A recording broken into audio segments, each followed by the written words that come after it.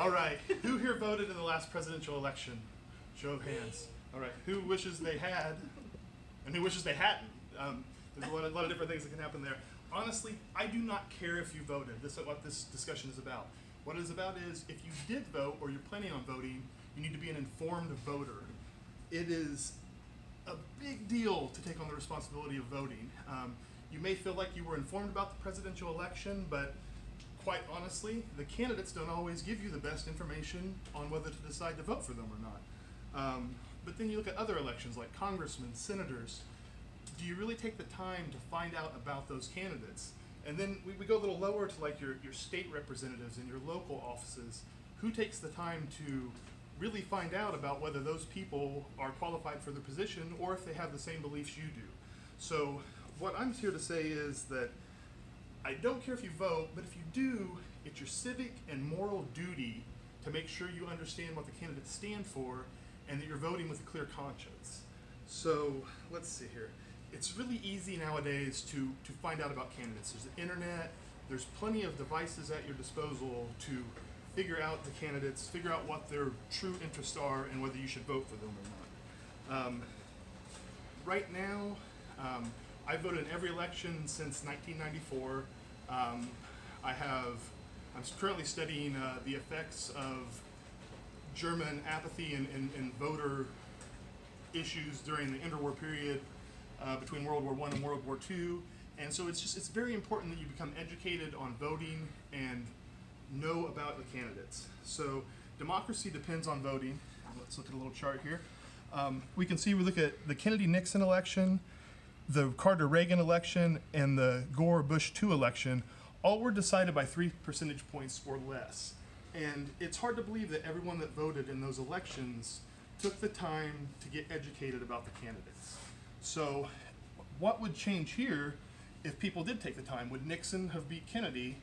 Would Gore have beat Bush? You know, it's those little things that education can make a huge difference. You have to be careful because the candidates are using rhetoric and persuasive speech to try and convince you to vote for them. They are selling themselves. So that's not the guy you should necessarily trust when it comes to learning about people. For example, if you were going to select a restaurant, you would take the time to find out what kind of food you wanted to eat. You wouldn't eat at Red Lobster if you were after a hamburger, and you wouldn't eat at KFC if you were after seafood. So it's much like that with educating yourself about voting. You want to make sure that your beliefs or what you want are the same as the people that you're voting for.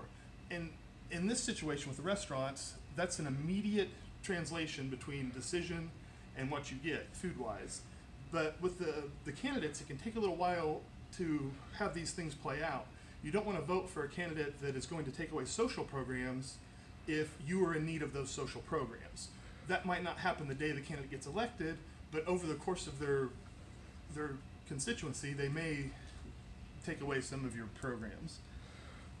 Let's see. You must be knowledgeable about your candidates. You must use the means at your disposal to find out about the politicians, to find out about the rhetoric they use, the persuasive speech they use, the language, the symbolism, the money that they use to try and convince you to vote for them. You must identify candidates that you like and be informed and use the research tools at your disposal to find out. We're going to look at this quote from, let's turn this over. This is from the American Association of State Colleges and Universities, and it says, being an informed voter means to be knowledgeable about the issues and positions of candidates when voting. It also means you are able to make decisions without influence from outside factors intended to persuade those who may not fully understand candidates' platform or ideas. This is what it means to be informed, and this is what you should strive to achieve every time you vote. Let's talk about what the politicians do.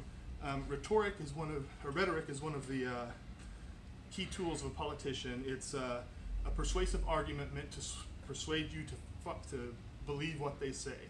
Politicians are great at this. I am not, obviously. Symbolism is another thing they use. Rituals such as shaking hands or holding a baby. It's hard to believe that a guy is a bad guy if he's holding a baby. Here's George Bush, he looks great. But you can use this in several ways. here's Adolf Hitler with a small child, not quite a good guy. It's all about propaganda and using these tactics to persuade you to vote for these people. Politicians also use buzzwords: liberty, freedom, justice. These are words that don't really have a lot of meaning in the context of politics. But when you hear them, they sure sound exciting, and you get excited about them. Issue framing is another thing politicians do. They talk about an issue in a way that's hard to disagree with. So therefore, when you hear that argument, you're like, well, yeah, I kind of agree with that. And another thing are super PACs or PACs, which are political action committees, which is basically a way for lobbyists and special interest groups to feed money to politicians so that they vote for their interest. It's very important to know where a politician's money is coming from, because that can oftentimes tell you how he's going to vote on certain issues. So you need to educate yourself on the issues that are important to you. Gun control, immigration, school safety, women's reproductive rights, the economy. These are all issues that are really, really prominent in the news right now. Once you decide what's important to you, you take that set of information and find the candidates that meet your window of knowledge, what you want to happen. Find those politicians. So now you know how to do that, or now you know what to do. Now how do you do it? Research your candidates, explore websites, explore their voting records, go to campaign events or visit their campaign office. Websites like factcheck.org or the League of Women Voters website have tons of information. There's actually an event at Ball State coming up on October 13th. It's a midterm election study session. So there's plenty of things you can do to find out about these candidates. You want to use unbiased and nonpartisan sources. And we talked about local candidates earlier. They are a little bit harder to study for. The website vote411.com from the League of Women Voters, you can actually go in and put where you live, and it'll show you your entire ballot with clickable links for each candidate, and it'll tell you what their positions are on certain issues. So you can build your ballot and make a decision.